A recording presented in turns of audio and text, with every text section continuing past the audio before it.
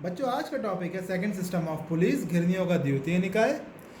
इस निकाय की खासियत क्या होती है? इसमें सारी घिरनियों के ऊपर एक ही रस्सी को लपेटा जाता है और इसके अंदर दो पुली के ब्लॉक रहते हैं, एक अचल और एक चल, एक फिक्स और एक मूवेबल।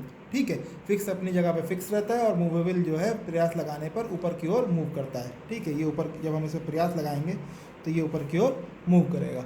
ठीक है, तो इसमें जो घिरनियों की संख्या होती है या तो इवन होती है या ऑड होती है, या तो सम होती है या विषम होती है। इवन का मतलब क्या है? अगर आप इधर देखो, ऊपर वाले ब्लॉक में 3 घिरनियाँ हैं, नीचे वाले ब्लॉक में 3 घिरनियाँ हैं, मतलब दोनों ब्लॉक में बराबर है संख्या घिरनियों की, तो इसे बोलेंगे इवन। ठीक है, अब इधर आप देख लो, इधर ऊपर वाले ब्लॉक में 3 है, नीचे वाले ब्लॉक में 2 हैं, तो इसमें क्या है? इसे बोलेंगे ऑड। ठीक है, और जो भार होता है, आप भार जिसे आपको उठाना होता है ऊपर की ओर, उसे आप मूवेबल ब्लॉक पे बांधते हो, भार को लटका दिया जाता है मूवेबल ब्लॉक से बांधकर। ठीक है, अगर घिरनियों की संख्या सम हो, अगर घिरनियों की संख्या सम हो, इवन हो, तो इसमें हम करते क्या हैं कि रस्सी के एक सिरे को ऊपर वाले ब्लॉक के सबसे निचले बिंदु पर बांधकर नीचे वाले ब्लॉक के प्रथम घिरनी पे लपेटते हैं। देखो, यहाँ 1 पुली पे लपेटा, 1 से फिर 2 पर लपेटा, 2 से 3 पर लपेटा, 3 से 4 पर लपेटा, 4 से 5 पर लपेटा, फिर 5 से 6 पर लपेटा। सबसे लास्ट वाले घिरने पर लपेटने के बाद एक सिरा, स्वतंत्र सिरा छोड़ा जाता है प्रयास लगाने, रस्सी पर प्रयास लगाने के लिए। ठीक है, ये स्वतंत्र सिरा छोड़ दिया है। ठीक है, अब हम मानते हैं, क्योंकि घर्षण रहित मानते हैं। ठीक है, तो और एक ही रस्सी है पूरे सिस्टम में, तो हम प्रयास अगर मान लो P प्रयास लगा रहे हैं, तो इसमें जो तनाव बल आएगा, इसमें जो तनाव बल आएगा वो सब जगह सेम आएगा। ठीक है, तो अगर हम मान रहे हैं कि T तनाव बल आ रहा है तो सब जगह सेम आएगा। अब प्रयास आप जब नीचे के लिए प्रयास लगाओगे तो ये ब्लॉक ऊपर की ओर कब उठेगा? तभी उठेगा जब ऊपर की ओर इसमें तनाव बल लग रहा है। देखो, जो तनाव बल की डायरेक्शन होती है वो बाहर निकलती हुई होती है। अब तनाव बल यहाँ ऊपर की ओर लग रहा है, इसमें ऊपर की ओर। ठीक है, नीचे के लिए प्रयास लगा रहा है, ये तनाव बल लग रहा है, तो ये जो है इसे जो ऊपर की ओर भार को उठाएगा, इस पूरे ब्लॉक को उठाएगा ऊपर की ओर, T T T T T. ठीक है, तो सब में सब तरफ बराबर बराबर लगेगा ये। ठीक, क्योंकि रस्सी सेम है और फ्रिक्शनलेस मानते हो आप। ठीक है, और इसमें जो 135 है वो चल घिरनियाँ हैं और 246 जो हैं वो अचल घिरनियाँ हैं। ठीक, उसके बाद अगर ऑड हो, नंबर ऑफ पुलिस ऑड हो, विषम हो। ठीक है, इसमें क्या होता है?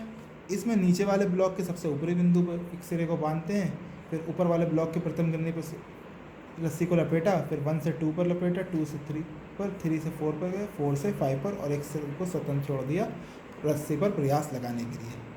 ठीक है,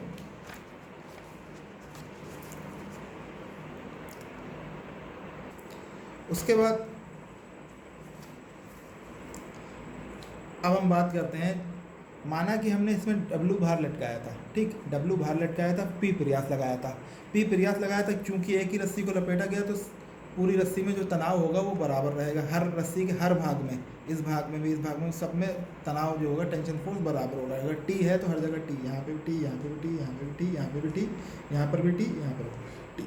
ठीक है, अब मैं अगर इस सिस्टम का सेक्शन मान लूँ, नीचे वाला सेक्शन मान लूँ, मूवेबल ब्लॉक जो चल ब्लॉक है उसका सेक्शन यहाँ मैं मान लूँ, तो आप देख सकते हो इस ब्लॉक को, इस लोड को कितने भाग, रस्सी के कितने भाग सपोर्ट कर रहे हैं? 1 2 3 4 5 6, 1 2 3 4 5 6, ये 6 भाग जो हैं इसे सपोर्ट कर रहे हैं, इस लोड को। ठीक है, तो ऊपर की ओर कितने बल लग रहे हैं? ऊपर की ओर 6 तनाव बल लग रहे हैं, T plus T plus T plus T plus T plus T. ठीक है, तो 60। और नीचे की ओर कितना भार लग रहा है? W। हमने कंडीशन मान के अभी चल रहे हैं कि पुली ब्लॉक का कोई वेट नहीं है। ठीक है, पहली कंडीशन हम मान के चल रहे हैं, पुली ब्लॉक का कोई वेट नहीं है, सिर्फ जो भार लटकाया गया है उस वेट की बात हम कर रहे हैं। ठीक है, तो ऊपर की ओर 60 लग रहा है, नीचे की ओर W लग रहा है, तो अगर संतुलन की कंडीशन लगाएं सिग्मा V बराबर 0, तो 60 माइनस W बराबर 0 हमारी इक्वेशन आ जाएगी, जिससे हमें मिल जाएगा 60 बराबर W। अब दूसरी बात, जितना हम इसमें एफर्ट लगाएंगे, जितना हम इसमें एफर्ट लगा रहे हैं प्रयास, उतना ही इसमें तनाव बल आएगा, उतना ही इसमें तनाव बल आएगा T। ठीक है, अगर एफर्ट के रिस्पेक्ट में देखें तो तनाव की डायरेक्शन दूर जाती हुई होती है, तो यहाँ से देखेंगे तो तनाव की डायरेक्शन ये होगी T, तो P बराबर हमारा हो जाएगा T, P बराबर T। दूसरे शब्दों में कहें तो W भार को उठाने के लिए हम P प्रयास लगा रहे हैं। ठीक है, और P प्रयास के लगाने के कारण ही रस्सी में तनाव आ रहा है, चूँकि हमने सिस्टम को घर्षण रहित माना है और रस्सी भी एक ही लपेटी गई है सारी घिरनियों पे, तो हमने माना है कि सब जगह बराबर बराबर तनाव आ रहा है, टी टी टी। तो उसमें एक चीज़ ध्यान रखने वाली ये है, चूँकि हम घर्षण को नगण्य मान रहे हैं ना, तो पी और टी का मान भी बराबर होगा, पी बराबर टी होगा, ठीक है, टी हो जाएगा। अब 6T बराबर डब्ल्यू था, तो हम लिख सकते हैं 6P बराबर डब्ल्यू, ठीक है। अब मैकेनिकल एडवांटेज यांत्रिक लाभ कितना हो जाएगा, W अपॉन पी, यानी कि 6P अपॉन पी, ठीक है, बराबर 6, ठीक।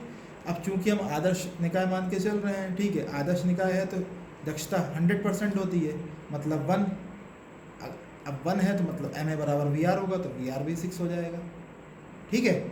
उसके बाद एक छोटी सी बात ये थी, ये तो एक विधि है, अगर हम इसे दूसरी विधि से निकालते हैं, दूसरी विधि कौन सी, जो पहले वाले सिस्टम ऑफ पुलिस में भी बताई थी, मूवेबल पुलिस में भी बताई थी, कि माना जब हमने इस पर प्रयास लगाया तो ये मूवेबल ब्लॉक ऊपर की ओर मूव हुआ, ऊपर की ओर चला, ठीक है। तो ऊपर की ओर अगर ये x डिस्टेंस मूव हुआ, अगर ये ऊपर की ओर x डिस्टेंस मूव हुआ, अब सारी घिरनियाँ इस पर लगी हुई हैं मूवेबल, ठीक है। तो जितनी ये घिरनी मूव होगी उतनी ये, तो सारी, अगर ये x डिस्टेंस ऊपर मूव हुआ तो भार भी x डिस्टेंस ऊपर मूव होगा, जब भार x डिस्टेंस ऊपर मूव होगा, ठीक है, तो अब भार भी x डिस्टेंस मूव हो रहा है, ब्लॉक भी x डिस्टेंस ऊपर मूव हो रहा है, तो ये सारी पुलिस भी x डिस्टेंस ऊपर मूव होंगी, ठीक है।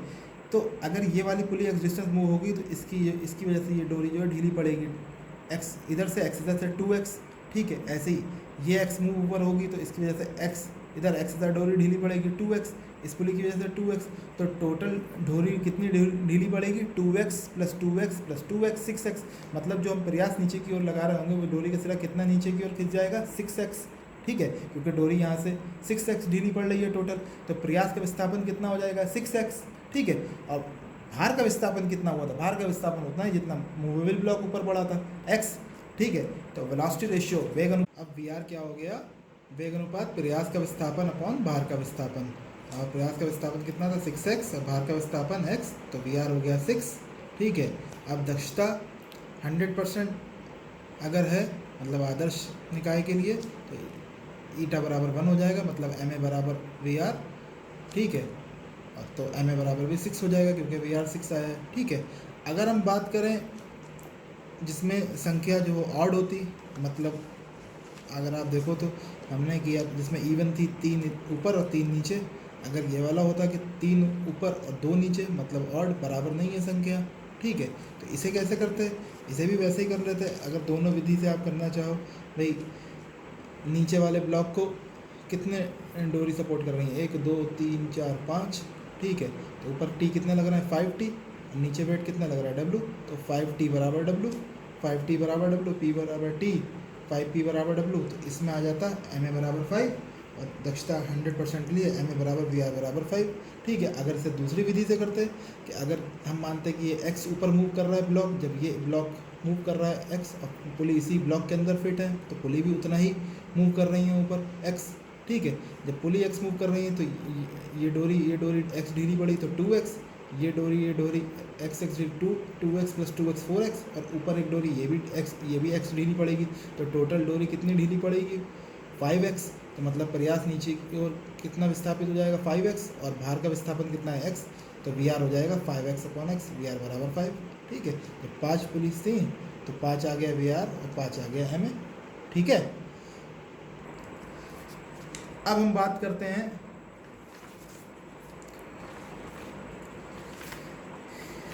देखिए ये बात थी, अब आप इसमें एक चीज़ देख सकते हो गौर से, अगर देखो कि जितनी इस निकाय में घिरनियाँ हैं उतने ही भाग हैं, ऊर्ध्वाधर भाग हैं रस्सी के जो इस मूवेबल ब्लॉक को सपोर्ट कर रहे हैं, ठीक है, देख सकते हो 1 2 3 4 5 6, तो जितने रस्सी के भाग होते हैं जो इसे वेट को सपोर्ट करते हैं, ठीक है, उतने ही पुलियाँ हैं 1 2 3 4 5 6, ठीक है। जब 6 भाग थे और 6 पुली थी, ठीक है, तो VR आया था 6, MA आया था 6, ठीक। आप देख सकते हो जब 6 भाग थे, 6 ऊर्ध्वाधर भाग थे जिस पर तनाव बल लग रहा है ऊपर की ओर, ठीक है, या 6 भाग थे ऊर्ध्वाधर भाग रस्सी के जो इस लोड को सपोर्ट कर रहे हैं, ठीक है। तो इक्वेशन थी 6T बराबर W, और घिरनियाँ भी थी 6 निकाय में, ठीक है, 6 भाग थे, 6 घिरनियाँ थी निकाय में। ठीक है, मान लो अगर n भाग होते, रस्सियों के n भाग होते जिस लोड को सपोर्ट कर रहे होते, ठीक है, या n घिरनियाँ होती निकाय में, तो ये 6T बराबर W इक्वेशन क्या बन जाती, NT बराबर W, NT बराबर W, NT बराबर W, NT बराबर W। ठीक है, तो T बराबर W अपॉन N, और P बराबर तो T है, आप देख चुके हो, P बराबर T है क्योंकि P प्रयास लगा रहे हैं हम। ठीक है, P बराबर T है। ठीक, उसके बाद T बराबर W अपॉन N था, P बराबर T था, तो हम लिख सकते हैं कि इस इक्वेशन को P बराबर W अपॉन N। ठीक है, अब MA होता है यांत्रिक लाभ W अपॉन P, तो ये इक्वेशन हो गई W अपॉन P की वैल्यू रखी W अपॉन N, तो ये हो गई N।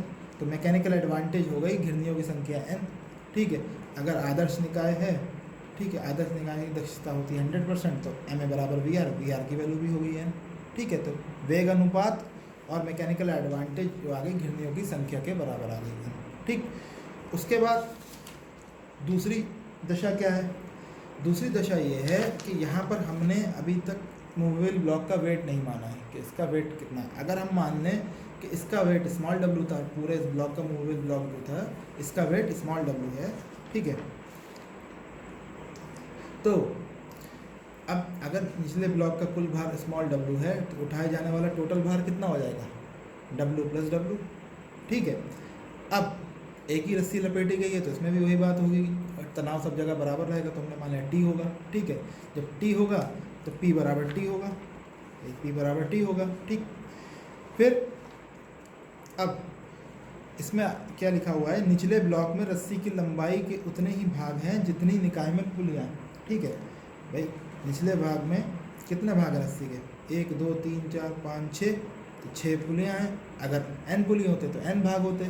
ठीक है, तो आप देख सकते हो, तो निचले ब्लॉक पर ऊपर की ओर लगने वाले बल कितने हुए, अगर इसकी बात करें, निचले ब्लॉक में ऊपर की ओर लगने वाले बल कितने हुए, T इंटू 6, भाई ऊपर की ओर क्या T plus T plus T plus T plus T लग रहा है 60, या आप कह सकते हो T इंटू 6, जितने भाग हैं T इंटू 6, या कह सकते हो T, अगर n भाग होते या n पुलिया होते तो T इंटू n। ठीक है, T इंटू n, और नीचे की ओर लोड कितना लग रहा होगा, अभी तो W लग रहा है, लेकिन अब हम कंडीशन दूसरी लेके चल रहे हैं कि अगर नीचे हम इसका भी वेट होता है स्मॉल w, तो टोटल वेट नीचे की ओर कितना लग रहा होता है, W प्लस W। ठीक है, ऊपर वाले जाने वाले बल कितने थे, T इंटू n, और नीचे W प्लस W, तो T बराबर हो जाता है W plus W upon n। ठीक है, अब P बराबर T था तो P बराबर हो जाता है W plus W upon n। ठीक है, अच्छा एक बात तो ये हो गई, दूसरी बात क्या कि इस चीज़ को आप डायरेक्ट ऐसे भी कर सकते थे, जो पिछले कंडीशन में आई थी वो आई थी NT बराबर W। ये कंडीशन कब आई थी, जब वेट नहीं था। अगर वेट होता तो इक्वेशन आ जाती NT बराबर W प्लस W। जब हमने निग्लेजिबल वेट माना था पुली का, नगण्य माना था पुली ब्लॉक का, तो इक्वेशन आई थी NT बराबर कैपिटल W, जो लटकाया गया बाहर है बस। लेकिन अगर स्मॉल w वेट होता उसका पुली ब्लॉक का, तो इक्वेशन आती है NT बराबर W प्लस W, जो हम यहाँ पर भी निकाले हैं, जैसे चाहे निकाल लो आप। ठीक है, उसके बाद P की वैल्यू आ गई W plus W upon N। ठीक है, ठीक, तो MA बराबर कितना हो जाएगा, W upon P, W upon W plus W upon N, तो WN upon W plus W। अभी दक्षता अगर 100% है तो MA बराबर VR। ठीक है, तो VR बराबर WN upon W plus W। ठीक है, अगर निचले ब्लॉक का वेट नगण्य होता तो स्मॉल w बराबर 0 हो जाता, स्मॉल w बराबर 0 हो जाता, तो इक्वेशन MA बराबर VR बराबर N आ जाता। ठीक है, जैसे हम पहले निकाल चुके हैं। ठीक है बच्चों, अब हम इस निकाय पर न्यूमेरिकल सॉल्व करते हैं। ठीक है, तो पहला न्यूमेरिकल है, घिरनियों के किसी यंत्र या निकाय में 6 घिरनियाँ हैं और इस निकाय में एक ही डोरी सभी घिरनियों से गुजरती है। यदि दक्षता 68% है तो 280 न्यूटन के प्रयास द्वारा कितना बोझ उठ जाएगा। ठीक है, अब इसमें बोला गया है कि कोई निकाय है जिसमें 6 पुलीज़ हैं और एक ही डोरी गुजरती है 6 पुलीज़ से। ठीक है, तो अब एक डोरी गुजरती है तो हमें पता है ऐसा सेकंड सिस्टम ऑफ पुली होता है जिसमें एक डोरी गुजरती है। ठीक है, और उसकी दक्षता बताई गई है 68%। ठीक है, और प्रयास बताया गया 280 न्यूटन। इतने प्रयास से इतनी दक्षता पे आप कितना बोझ उठा लोगे या उससे उस सिस्टम से कितना बोझ उठ जाएगा। ठीक है, तो हमें गिवन है P कितना गिवन है 280 न्यूटन। ठीक है, दक्षता कितनी दी है 68%, मतलब 68/100। ठीक है, बराबर 0.68। ठीक है, और घिरनियों की संख्या कितनी है 6। ठीक, उसके बाद हमें पता है कि द्वितीय निकाय के लिए VR वेग अनुपात कितना होता है। VR बराबर होता है घिरनियों की संख्या, VR बराबर N, मतलब VR बराबर 6। ठीक है, और हमें ये भी पता है कि दक्षता जो होती है ईटा, वो होती है MA और VR का अनुपात। ठीक, तो हम लिख सकते हैं 0.68 बराबर MA/VR की वैल्यू थी 6। इससे हमें क्या पता चलेगा कि MA जो हो जाएगा 6 × 0.68, तो MA की वैल्यू आ जाएगी 4.08। ठीक है, उसके बाद हमें पता है कि MA को लिख सकते हैं W/P। ठीक है, तो 4.08 बराबर W/P की वैल्यू कितनी थी 280। ठीक है, इससे हमें पता चलता है W बराबर 280 × 4.08, तो W की वैल्यू आ गई 1142.4 न्यूटन। ठीक है, इतने भार को आप 280 न्यूटन के प्रयास से उठा लोगे जब दक्षता 68% है। ठीक है, हमसे बोला गया था कि निकाय में 6 घिरनियाँ हैं और इसमें एक ही डोरी सारी घिरनियों से गुजर रही है, दक्षता 68% है, तो 280 न्यूटन के प्रयास से कितना बोझ उठ जाएगा। ठीक है, तो हमें पता है कि VR बराबर N होता है, नंबर ऑफ पुलीज। ठीक है, द्वितीय निकाय के लिए। ठीक, और ईटा जो होता है MA/VR होता है, तो इसकी वैल्यूज़ आपने रख दी। MA यहाँ से निकल आया और MA W/P भी होता है, वहाँ आपने P और MA की वैल्यू रख दी, तो W की वैल्यू आपको पता चल जाएगी। ठीक है, अब दूसरा क्वेश्चन सॉल्व करते हैं।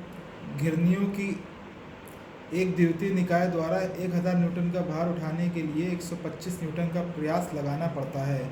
प्रत्येक ब्लॉक में घिरनियों की संख्या 5 है। गणना कीजिए वेग अनुपात, यांत्रिक लाभ, निकाय की दक्षता, घर्षण में नष्ट, प्रयास। ठीक है, इसमें बता दिया गया है पहले से कि आपको सेकंड सिस्टम ऑफ पुलीज है। ठीक है, 1000 न्यूटन के भार को उठाने के लिए 125 न्यूटन का आप प्रयास लगा रहे हैं। ठीक है, और प्रत्येक ब्लॉक में घिरनियों की संख्या कितनी है 5 है। ठीक है, इसका मतलब है टोटल संख्या कितनी हो जाएगी 5 + 5 10, 2 ब्लॉक होते हैं। ठीक है, तो अब हम इसे सॉल्व करते हैं। सबसे पहले कितना भार है 1000 न्यूटन, प्रयास कितना है 125 न्यूटन, घिरनियों की संख्या है 5 + 5 बराबर 10। ठीक है, अब सबसे पहले निकालते हैं हम VR वेग अनुपात। VR बराबर होता है N, द्वितीय निकाय के लिए VR बराबर होता है N, तो VR की वैल्यू हो गई 10। ठीक है, उसके बाद हम निकालते हैं यांत्रिक लाभ। यांत्रिक लाभ होता है W/P। W कितना है 1000, P है 125, हो गया 8। ठीक है, तो MA की वैल्यू आ गई 8। दक्षता क्या होती है, दक्षता होता है MA और VR के अनुपात। ठीक, तो MA/VR जो होती है दक्षता होती है। ठीक है, 8/10 बराबर 0.8, मतलब ईटा बराबर है 80%। ठीक, अब बात करते हैं घर्षण में नष्ट प्रयास। घर्षण में नष्ट प्रयास PF जो होता है वो होता है P एक्चुअल - P आइडियल, मतलब वास्तविक प्रयास माइनस आदर्श प्रयास। ठीक है, अब एक्चुअल एफर्ट तो हमें मालूम है 125 न्यूटन, लेकिन आइडियल एफर्ट हमें नहीं मालूम है। तो एफर्ट लॉस्ट इन फ्रिक्शन, घर्षण में नष्ट प्रयास करने के लिए हमें पहले आइडियल एफर्ट निकालना पड़ेगा। ठीक है, क्योंकि हमें पता है ईटा जो होता है वो होता है आदर्श प्रयास कौन वास्तविक प्रयास, ईटा बराबर P ideal upon P actual. ठीक है, इसका मतलब क्या हुआ कि पी आइडियल जो हो जाएगा ईटा इंटू पी एक्चुअल। ठीक है, तो पी आइडियल आपका निकल के आया 0.8 इंटू पी एक्चुअल कितना है 125, ये आ गया 100 मीटर। ठीक है, आदर्श प्रयास भी आ गया, तो पी एफ आपका आ जाएगा P actual minus P ideal. P actual कितना है आपका, पी एक्चुअल आपको पता था 125 मीटर में। ठीक है, पी आइडियल आया 100। ठीक है, तो 25 न्यूटन आपका आ गई value P F. P F मतलब एफर्ट लॉस्ट इन फ्रिक्शन, घर्षण में नष्ट प्रयास, 25 न्यूटन आ गई वैल्यू। ठीक है, बहुत ईजी था क्वेश्चन, सॉल्व कर लिया हमने। ठीक है, उसके बाद बच्चों एक लास्ट बात बतानी थी। जब भी आप system of police, second system of police को पढ़ोगे अपनी बुक से, तो उसमें ये ज़रूर लिखा होगा कि या तो दोनों ब्लॉक में, मूवेबल और फिक्स में, चल और अचल में, घिरनियों की संख्या बराबर होगी, या फिर ऊपर वाले ब्लॉक में ज़्यादा होगी, नीचे वाले में एक कम होगी। ठीक है, ये नहीं लिखा होगा कि ऊपर वाले में एक कम हो और नीचे वाले में एक ज़्यादा हो। उसका एक अपना रीज़न है। ठीक है, ये मैंने रफली बना रखा है। ठीक है, इसमें मैंने कंसीडर कर लिया कि ऊपर वाले में 2 हैं और नीचे वाले में 3 हैं। ठीक है, अब यहाँ से मैंने इसमें बांधा सिरा, फिर यहाँ से इस पर लपेटते हुए पुलिस से इस पर लपेटा, 2 पे, फिर 3 पे लपेटा, फिर 4 पे लपेटा, फिर 5 पे लपेटा। अब आप देखो, अब इतना सब करने के बाद भी हमें प्रयास ऊपर की ओर लगाना पड़ रहा है। ठीक है, अब प्रयास ऊपर की ओर लगाना पड़ रहा है। ठीक है, जो प्रयास लगाने में बहुत कठिनाई होगी। ठीक है, अगर आप दूसरे तरीके से देखें, मान लो यहाँ हुक लगाया, ठीक, यहाँ से हमने लपेटना शुरू किया, ठीक, इस पुली पे लपेटा, फिर इस पुली पे लपेटा, फिर इस पुली पे लपेटा, फिर यहाँ गए, अब ये रस्सी इधर आ गई। ठीक है, अब आप इस पुली का भी इस्तेमाल नहीं कर पा रहे। ठीक है, इसीलिए बुक्स में ये लिखा होता है कि जो हमारा सेकंड सिस्टम ऑफ पुलिस होता है ना, उसमें ऊपर वाले ब्लॉक में जो है नीचे वाले ब्लॉक से या तो ज़्यादा होंगी, या दोनों ब्लॉक में घिरनियों की संख्या बराबर होगी।